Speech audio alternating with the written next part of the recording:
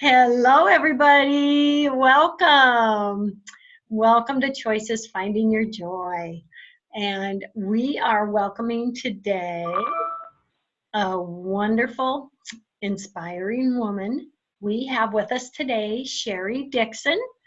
Sherry is a full-time life coach, spiritual coach, writer, and owner of Lighthouse Solutions, where she mentors others in finding their light.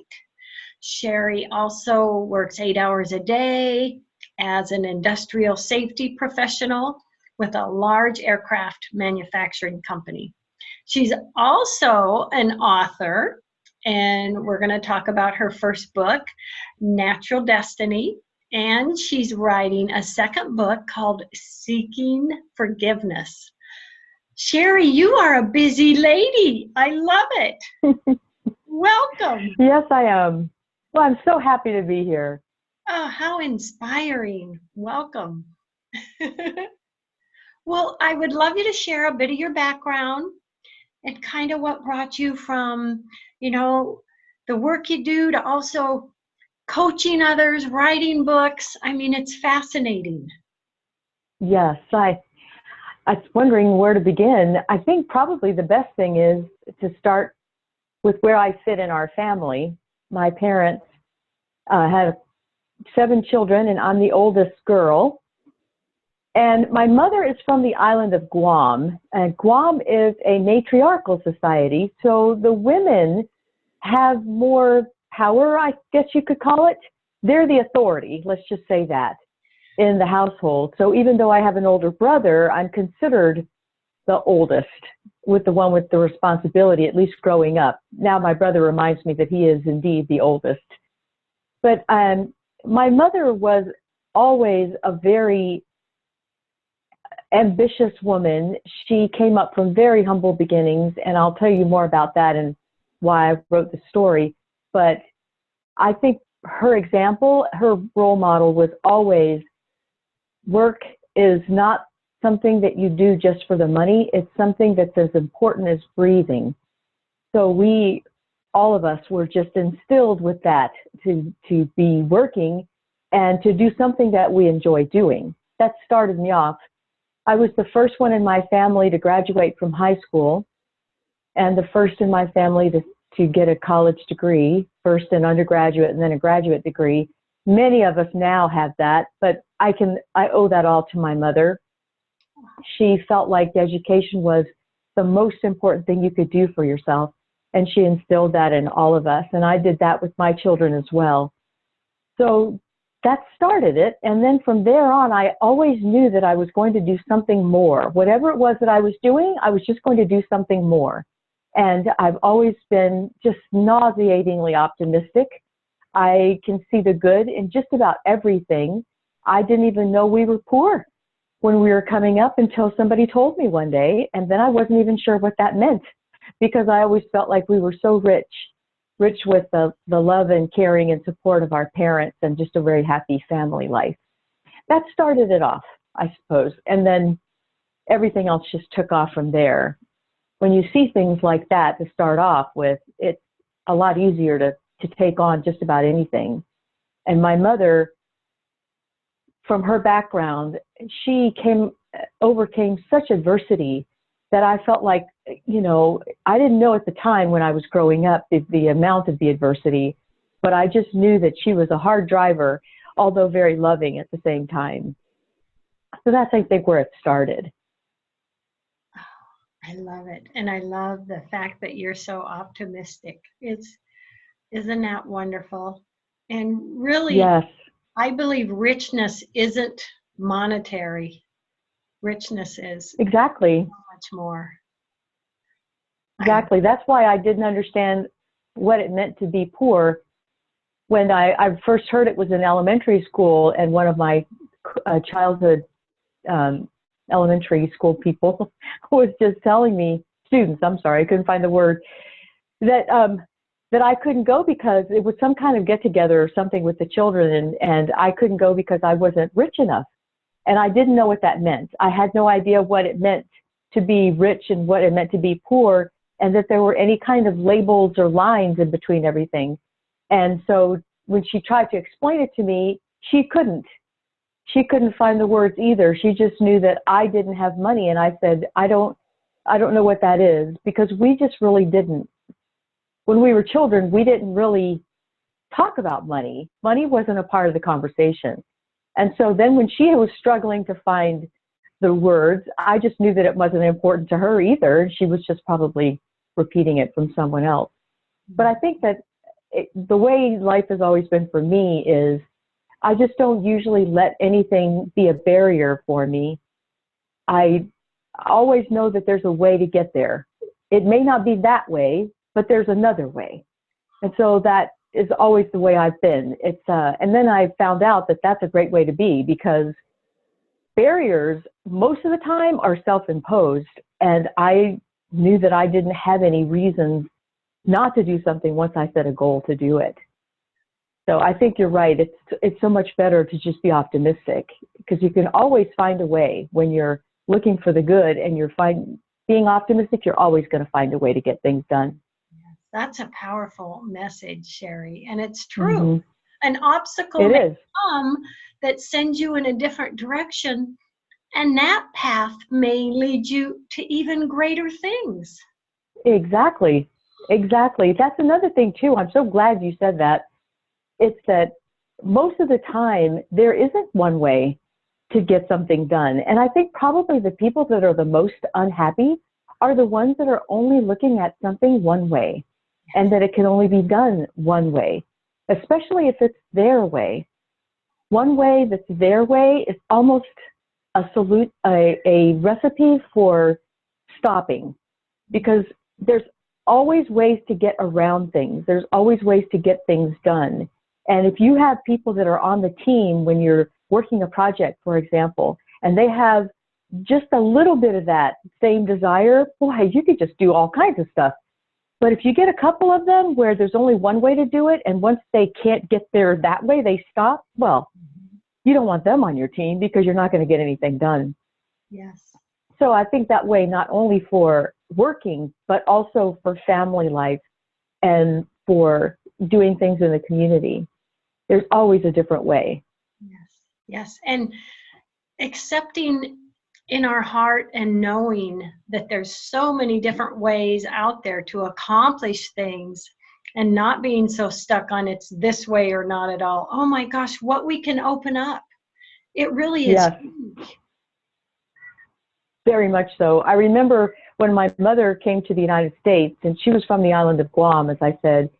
When she first came to the United States, she and my father were just a young couple, and they started having children right away. And they all knew that we needed to have money coming in to pay the bills and all that. Well, my mother is very Asian looking, and at that time, which was in the early 50s, there was still a prejudice against the Japanese. Even though my mother wasn't Japanese, her eyes were slanted, and she was put into the category of being Japanese. Well, no one would hire her for anything. And so she got a group of women together, and they formed a business where she did cleaning, and another one did cooking, another one did sewing, another one did babysitting. I mean, they were quite the entrepreneurs to be able to get whatever their task was that they were good at, get it done, and they were getting paid for it. So they found a way around the system. So I just feel like those kinds of things that she brought us up on are the kinds of things that have helped me be successful in this life. Yes. Oh, that's a great message. It really is, Sherry, a great message for all of us. And I would love to have you talk a bit about your first book, Natural Destiny. Tell us about that, if you would. Okay, I will. I was actually 50 years old when I wrote it, which was a long time ago. My mother, I was at her house, and she grabbed her heart, and I thought she was having a heart attack. And actually, she was thinking that she needed to tell me something. She was 70 years old at the time, and it was the very first time she had ever told me that when she was 8 years old until 11 years old, she was a prisoner of war on her native island of Guam. Many people don't know about Guam. They didn't know also that the Japanese occupied Guam, and that Guam is and was then a territory of the United States. So she was 8 years old and lived through that kind of experience. And I wrote her story about it, and that's Natural Destiny. I didn't start out writing a book. I started out listening to my mother because it was obvious to me that she needed to talk about it. It was a lot of horrific memories that were haunting her, and a lot more too of good things that happened, but she really needed to tell me and my sisters. So I ended up just taking notes because I was so interested in what she was telling me. Just amazing, amazing memories from that time. And later on, my mother told me one day, she said, you know, you should write this in a book. And I thought to myself, well, okay, I guess I can do that. I couldn't figure out why I couldn't. At the time, it didn't even occur to me that I couldn't. Once I started going through the editorial process, I can tell you that the thought did come to mind, but we did end up getting through it. My editor, Mary Johnson, was just amazing, very patient and so knowledgeable that we went through very many rewrites of that. And actually, before the editorial process, I went and entered it in the Words and Music contest, which is an artist contest in New Orleans every year. And before it had gone through the editorial process, it actually placed in second place.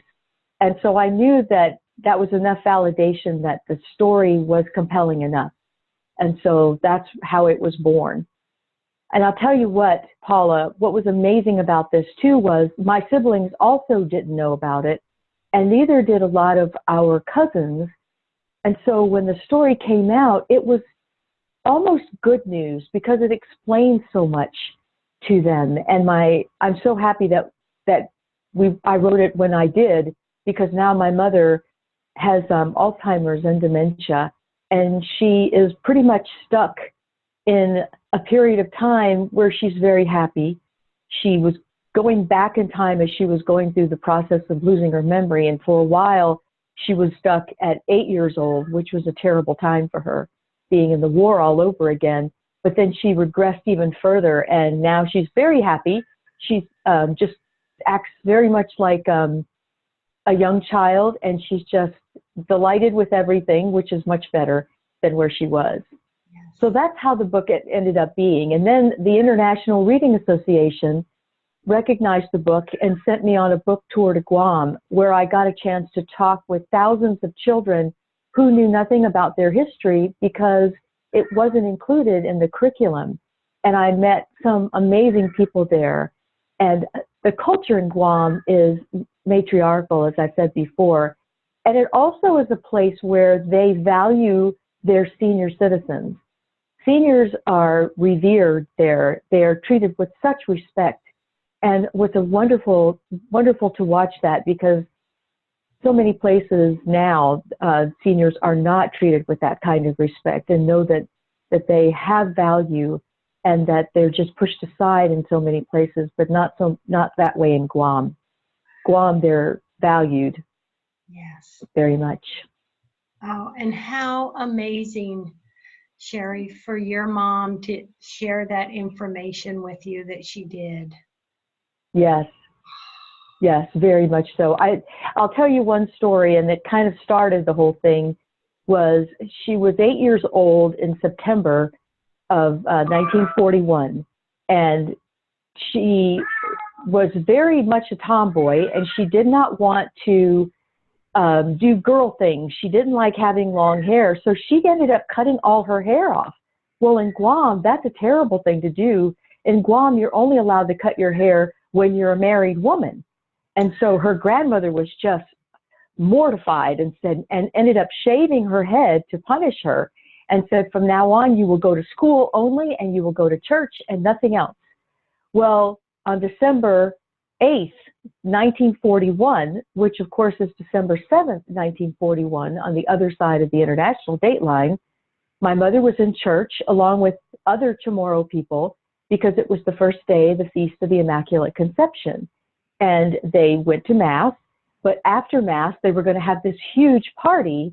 Well, Mama was still being punished, even in December, and so she had to go home. And when she got home, a little after that, the bombs started dropping and everyone in the church was killed. That was the first time that haircut saved her life. And then once the Japanese landed on the island, they were very efficient people, and they needed to separate people for what they were going to do on the island. Well, girls who were very young were put into the comfort house, and my mother, because she had a shaved head at 8 years old, looked like a boy. And so she was put into the line to work the rice fields. So that was another story. But these are just examples of the amazing stories. And each of the stories has a life lesson, so much to the point where some of the people on Guam ended up using the book as a lesson plan to talk about those life lessons and the things you could learn from those kinds of experiences. Yes. Oh my gosh. Sherry, what stories to share. Oh my gosh. Yes. Yes, I love sharing the stories, and I go all over. To anyone who will listen, I do presentations about my mother's story because for one thing, a lot of people, as I said before, they don't know what happened on Guam, or maybe not even heard of Guam. And I go all over the place, and I remember one, it was a senior citizen home where a woman came up to me, an older woman, and she was just crying uncontrollably after I had finished the presentation. And she said, with a very strong German accent, she said, "Thank you so much for telling my story." And I just looked at her and she said, "Yes, I know I'm not from Guam, but the same thing happened to our people over in Europe." And so there's so many stories out there, Paula, so many stories that we don't know about yet. And we need to know these stories are going to go unheard. And so as much as possible, we need to tell those stories. Yes. One last one about that was a sister from one of the Catholic high schools on Guam came up to me while I was visiting Guam during my book tour. And she told me, she said, I've always thought that it was better not to think about those things, because I asked her, because she looked like she was about my mother's age, I asked her how long she had been in the convent. And she said she had been in the convent since 1944. And that's when the Americans liberated the island of Guam from the Japanese. And I said, oh no, that means, of course, that she was not spared the comfort house. And she said she always felt like she needed to keep it a secret, but after reading the book, she realized that the stories needed to be told. And she was very excited. And she said, I have 2 gigs next week. She was just so excited, and she was getting chances all over to tell that story. And I just thought, wow, how heartwarming is that to be able to be a part of that? Yes. And you sharing those stories gives so many people that are familiar or may have experienced that type of thing, you give them strength and hope. Yes, very much so. So tell us, Sherry, about the book you're writing now, Seeking Forgiveness. Is it Seeking Forgiveness? Yeah, Seeking Forgiveness. Is it themed along that line? Tell us about that book. Okay, I will. After Mom started, when she started going through the memory loss process, I realized that there were going to be a lot of things that I didn't know. Well, there's a woman that was doing a videography project in Guam on this, and she was talking to survivors. And my mother had told her a story, and I won't ruin it because it's a big part of the book.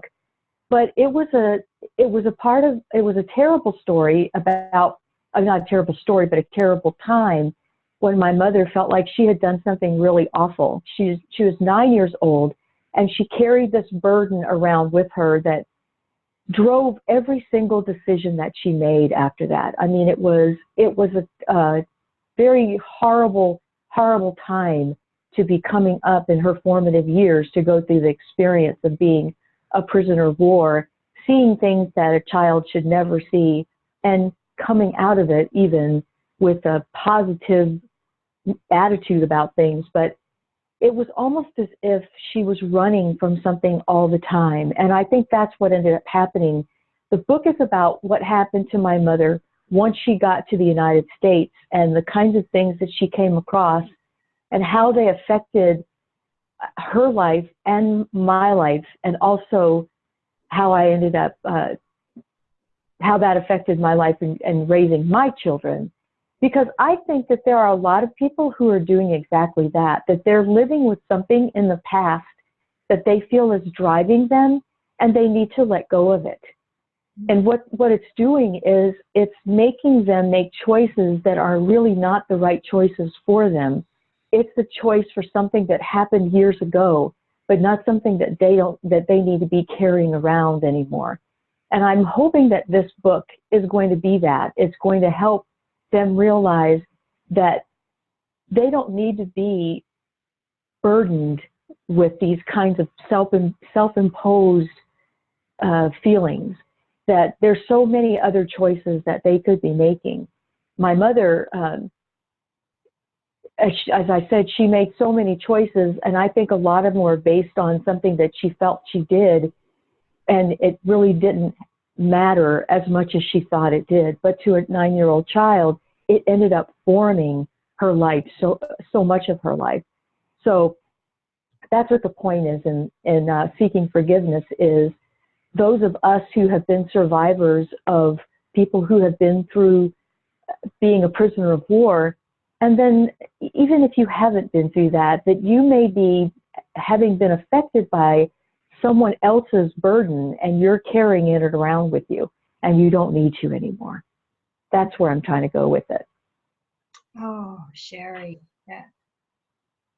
that is such a gift, you doing this. Yeah.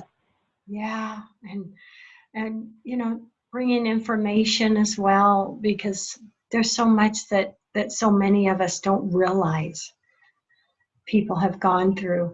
Tell everyone, if you would, where they can get a copy of your book and how they can learn more about you on your website. Okay, I will.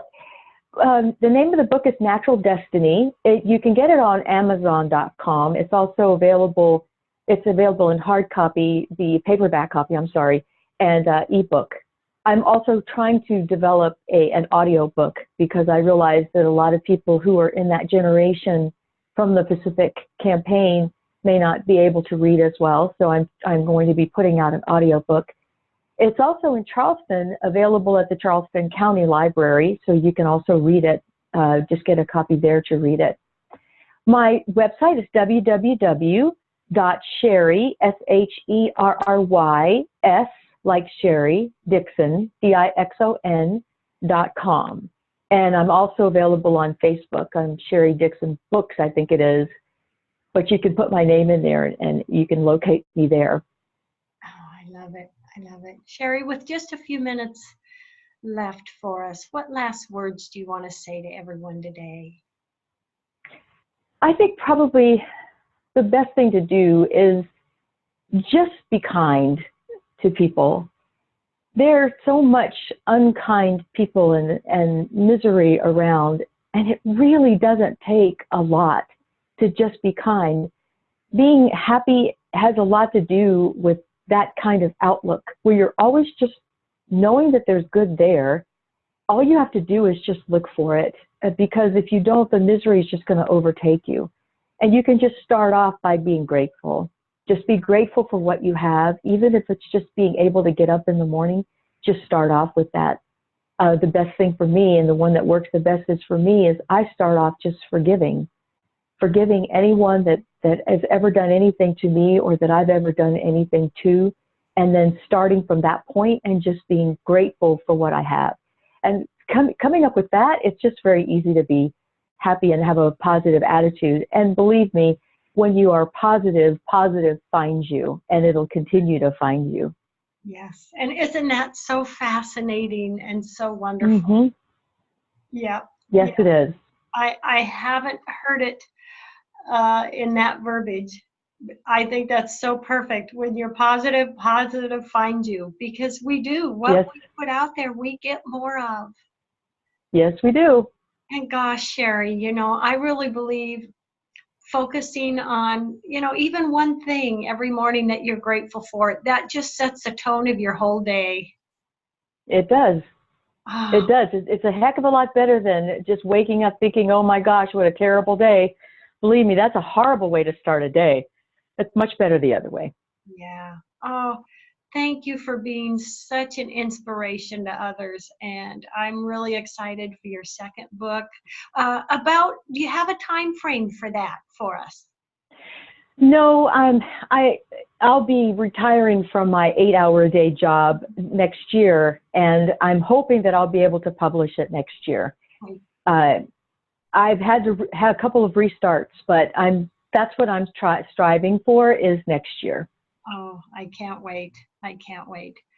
You are an inspiration and just a gift to all of us, Sherry. I am so grateful to have met you and connected with you. Thank you so much. Thank you so much.